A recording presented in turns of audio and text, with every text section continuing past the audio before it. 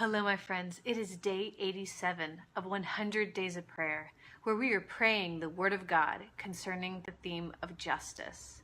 And today, we're going to be praying from Galatians 6:1, and it reads, Dear brothers and sisters, if another believer is overcome by some sin, you who are godly should gently and humbly help that person back into the right path.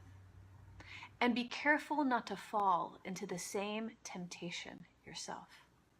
Let's pray.